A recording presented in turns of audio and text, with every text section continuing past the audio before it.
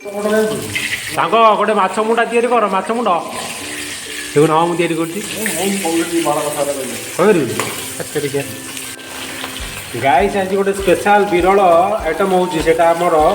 ମାଛ ପୁଣ୍ଟା ଫ୍ରାଏ ନୁହେଁ ତ କ'ଣ ଚଟଣି ହଁ ମାଛ ପୁଣ୍ଟା ଚଟଣି ମାଛ ପୁଣ୍ଟା ଚଟଣି ସେଇଟା ଆମେ ଶୁଖିଲା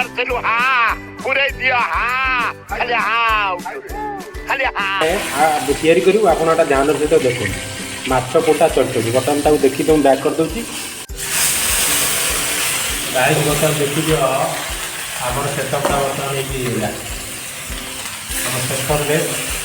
ମାଛ ପୁଣ୍ଟାକୁ ମାଛ ଫ୍ରାଏ ଆମର ରେଡ଼ି ଚାଲିଲେ ସବୁଆଡ଼େ ସ୍ପେଶାଲ ଆଇଟମ୍ ହେଉଛି କାମ ଅଛି ଆଇଟମ୍ ହେଇଛି ଖାଇବାର ଅଛି ଯଦି ଜଲ୍ଦି ଆସିକି ଆମ ମେସ୍ରେ ଖାଇବା ଯଦି ଯୋଗାଯୋଗ କରନ୍ତୁ କମେଣ୍ଟ ମାଧ୍ୟମରେ ଜଣାନ୍ତୁ ମିଲ୍ କେତେ ପଡ଼ିବ ମିଲ୍ ମାଛ ମିଲ୍ ପଡ଼ିଛି ପାଖାପାଖି 50-60 ଟଙ୍କା ପଡ଼ିଛି କେତେ ଟଙ୍କା 30 ଟଙ୍କା 35 ଟଙ୍କା ମାତ୍ର 35 ଟଙ୍କା ମିଲ୍ଟା ପଡ଼ିବ ଯଦି ଖାଇବାର ଅଛି ପୋକ ମାଛଟା ଖାଲି 200 ଟଙ୍କା ପଡ଼ିଯାଇନି ଆମେ କ'ଣ ଖାଇବା ନା ହାତରେ ଦେବୁ ଖାଇବାର ଅଛି ସବସ୍କ୍ରାଇବ୍ କରିବି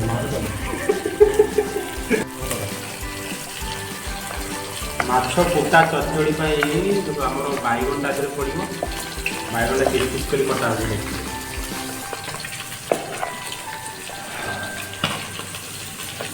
ଆମର ମାଛ ପୋଟା ଚଚଡ଼ି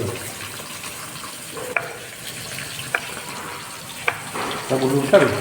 ମାଛଟା ଉଲ୍ଟା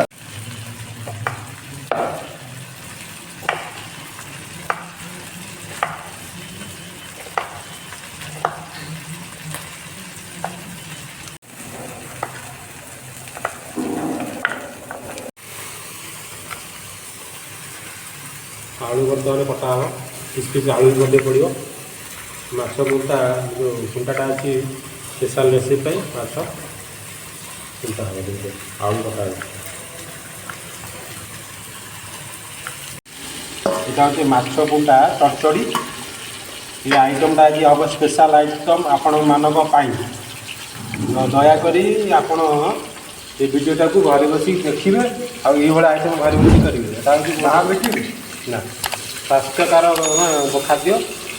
ଫିସ୍ ରହିଲେ ଖାଇବାକୁ ନ ଖାଇଲେ ଚଳିବ ହଁ ଏଇଟା ଖାଇଲେ ଦେହ ପାଇଁ ଭଲ ମାଛ ପୁଣ୍ଟା ଏଇଟା ହେଉଛି ମାଛ ପିସ୍ ଏଇଟା ହେଉଛି ମାଛ ପୁଣ୍ଟା ଆଜି ଆଇଟମ୍ଟା ଫିସ୍ ରହିଲେ ଖାଉନାହାନ୍ତି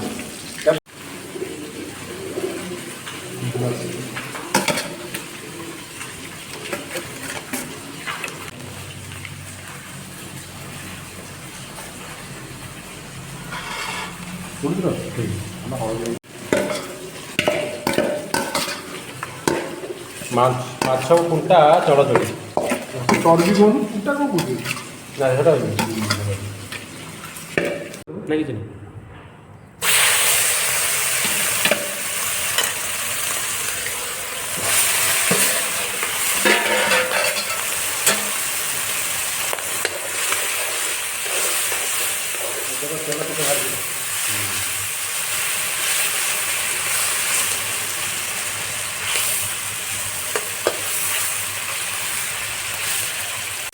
ହଁ ହଁ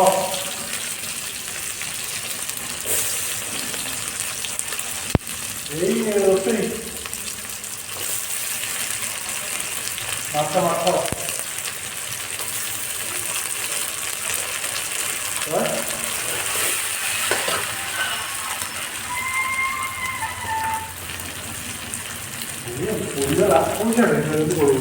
ଭଲ ଲାଗିବ ନା ତନ୍ଦୁରୀ ଭଳିଆ ଲାଗିବ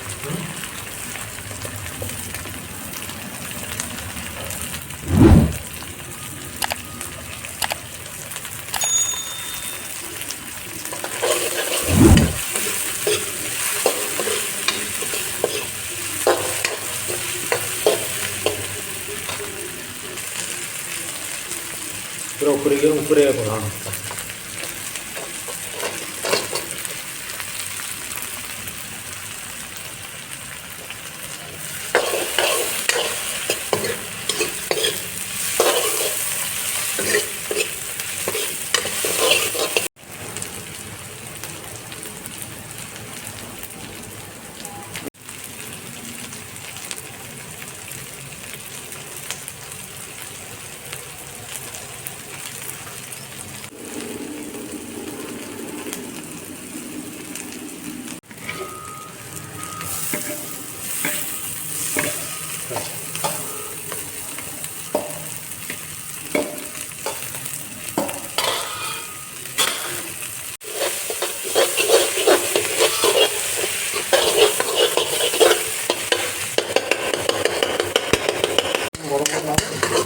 ଫୁଲ ହେଇଗଲା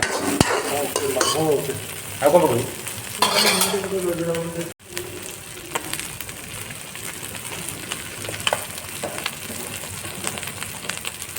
ଏଇଥିରେ ପଡ଼ିଲେ ପଡ଼ିଯିବ ତ।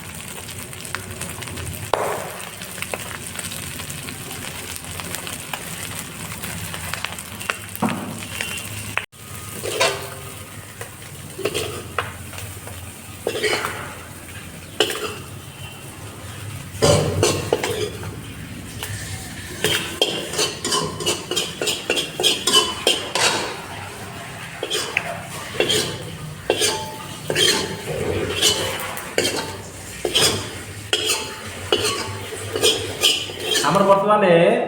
ଆମର ମାଛ ଚର୍ବି ଚଟଚଡ଼ି ଆମର ଫାଇନାଲ୍ ହେଇଯାଇଛି। ବର୍ତ୍ତମାନ ମୁଁ ଟେଷ୍ଟ କରିବି, ବର୍ତ୍ତମାନ ଟେଷ୍ଟ କରି କହିବି କେମିତି କହିବି। ବଢ଼ିଆ ହେଇଛି। ଆଜି ଏଇ ଯେଉଁ ରେସିପିଟା ଆପଣ ନିଶ୍ଚିତ ଘରେ କରି ଖାଆନ୍ତୁ, କେମିତି ଲାଗି ଆପଣ କମେଣ୍ଟରେ ଜଣାଇବେ। Thank you, best of lock.